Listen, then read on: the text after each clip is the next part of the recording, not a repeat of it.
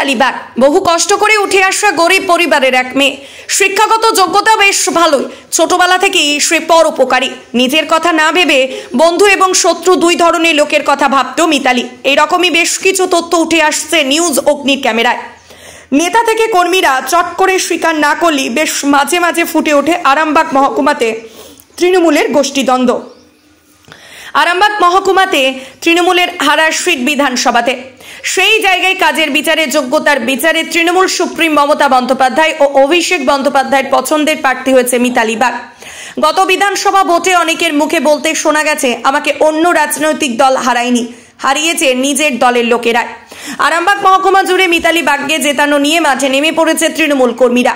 এসব দেখলে ভীষণ খুশি হতো মিতালির পিতা, এমনটাই জানালেন মিতালির দিদি।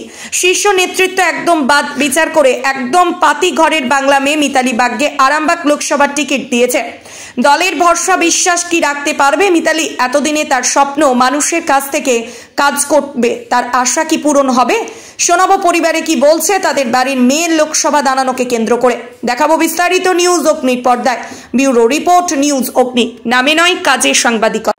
আমি এই মুহূর্তে উপস্থিত হয়েছি হুগলি জেলার ডাকপুরে। এই ডাকপুর গ্রাম প্রত্যন্ত গ্রাম।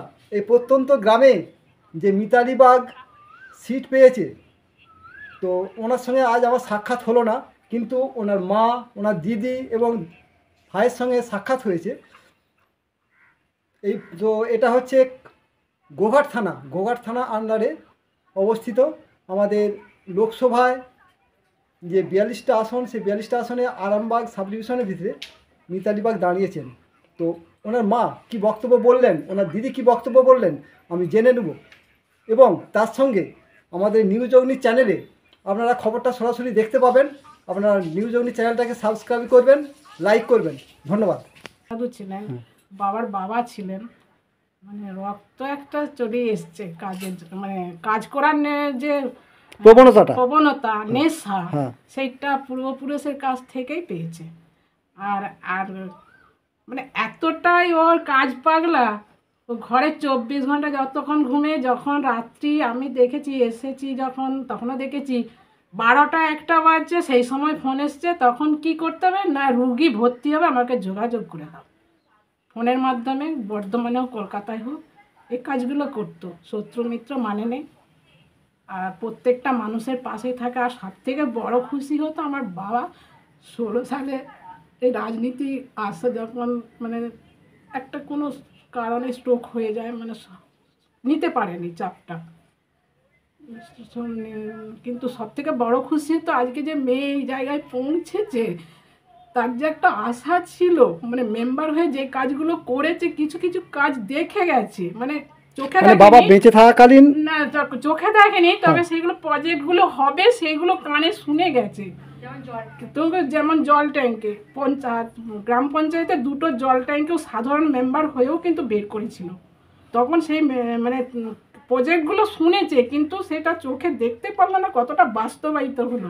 এইটা আমাদের কাছে এখন একটু দুঃখের কারণ বাবা যদি থাকতো আজকে তার আরও আনন্দ, যে ছোটো মেয়েকে যেমনভাবে তৈরি করতে চেয়েছে, 4 ছেলে মেয়েকেই চেয়েছে পড়াশোনা করাচ্ছে। আমার বাবা চাইতো সবসময় যে আমার ছেলে মেয়েরা ভালো করে শিক্ষিত হোক, চাকরি না পেলেও বাবার উদ্দেশ্য ছিল চাকরি যদি নাও পাই, জীবনে বাস্তবে বেঁচে থাকার জন্য যে শিক্ষাগত যোগ্যতা, সেইটা আমার বাবা তৈরি করে গেছে। 4 ভাই বোনকে পড়াশোনা করিয়েছে। তাহলে আপনি বড় বোন?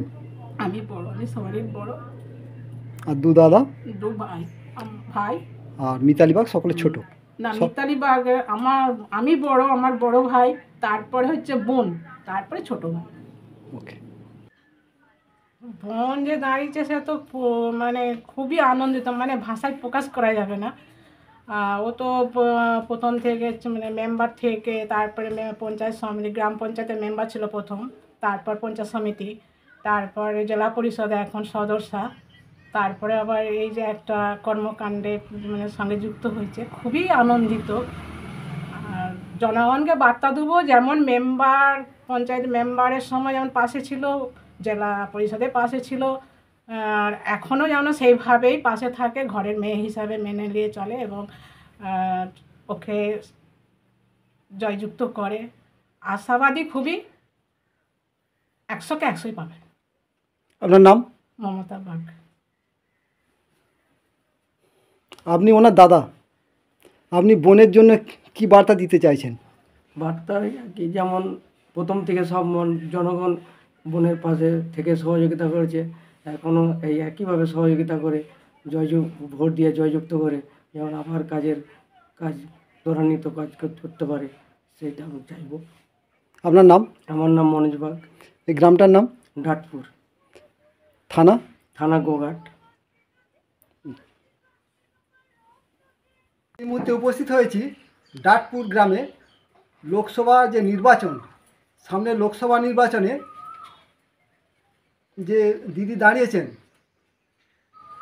ওনার বাড়িতে এসেছি, মিতালি বাগ। আমি এই মুহূর্তে উনি নেই, তো ওনার মায়ের কাছ থেকে আমি জানতে চাইব কীরকম কী আনন্দ হচ্ছে। মেয়ে যে দাঁড়িয়েছে সেই হিসাবে মেয়ে কীরকম কী আনন্দ হচ্ছে।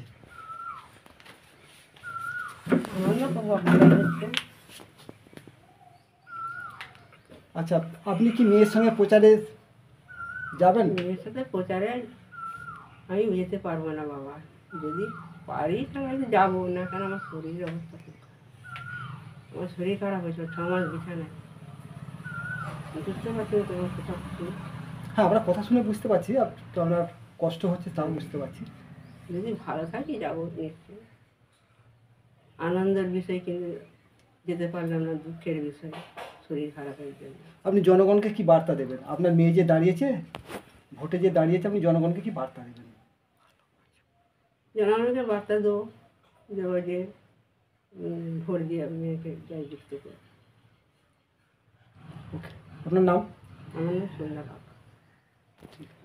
থেকে শুরু করে অঞ্চল নেতৃত্ব থেকে শুরু করে প্রত্যেকেই আছেন, এবং পথচলতি সাধারণ মানুষ, ব্যবসাদারগণ প্রত্যেককে আমার যথাযথ স্থানে আন্তরিক প্রীতি, শুভেচ্ছা, অভিনন্দন, শ্রদ্ধা, স্নেহ, ভালোবাসা, প্রণাম এবং সালাম জানিয়ে 2-4 কথা বলি। এর আগে প্রদীপদা আমাদের অনেক সিনিয়র লিডার অনেক কিছুই বলেছেন। মাননীয় মুখ্যমন্ত্রী মমতা বন্দ্যোপাধ্যায় যখন 2011 সালে ক্ষমতায় এসেছিলেন, তিনি বলেছিলেন বদলা নয় বদল চাই, উন্নয়নটা করতে চাই। তিনি যদি সেদিনকে বলতেন বদলার বদলে বদলা, তাহলে বোধহয় আজকে জনগর্জন মুখ্যমন্ত্রীকে সভাটা করতে হতো না, কারণ তিনি সেটা চাননি। কারণ কোথা দিয়ে কোথা যিনি রাখেন, তেনার নাম হলেন জনদরদী, জননেত্রী, মানবিক মুখ্যমন্ত্রী মমতা বন্দ্যোপাধ্যায়। প্রদীপটা বলছিলেন একটা সবার পরিবর্তে আর একটা সভা করতে হয়েছে। তিনি নিজেকে বলছেন ভারতবর্ষের প্রধানমন্ত্রী। তিনি এসেছিলেন আরামবাগের বুকে সভা করতে। আমাদের মতো কিছু মানুষের, শুধু আমাদের কেন, আপনাদের মতো মানুষের কিছু বক্তব্য ছিল। आए तो कुछ बताए तो जा, लेकिन उन्हें कुछ नहीं बता। क्यों नहीं भाई, हम लोगों के लिए क्यों नहीं बता? কারণ তোমার ধুলিতে কিছুই ছিল না বলার মতো। তিনি এসে কি বললেন, একটু সন্দেশকালীকে ছুঁয়ে গেলেন, আর কি বললেন আমরা বুঝতে পারলাম না। ভাই, তিনি যদি ভারতবর্ষের প্রধানমন্ত্রী হন, তাহলে কোথায় ছিলেন যেদিনে মণিপুরে আমার আপনার মতো একজন মহিলা আগে নগ্ন করে রাস্তাতে ঘুরিয়েছিলেন, সেই ভিডিওটাকে আবার বেশি বেশি করে ভাইরাল করেছিলেন? তাহলে তো ভাই আপনি ভারতবর্ষের প্রধানমন্ত্রী নন, মণিপুর তো ভারতবর্ষের বাইরে নয়। কোথায় ছিল সেদিন যেদিন হাসপাতালে সেই মহিলাটাকে ধর্ষণ করে তার জিভটাকে কেটে দিয়ে তাকে জ্বলন্ত দগ্ধ অবস্থায় করা হয়েছিল, তার বাড়ির লোককে পর্যন্ত তার কাছে যেতে দেওয়া হয়নি? গুজরাটের কাহিনী আমরা বলিনি বন্ধু,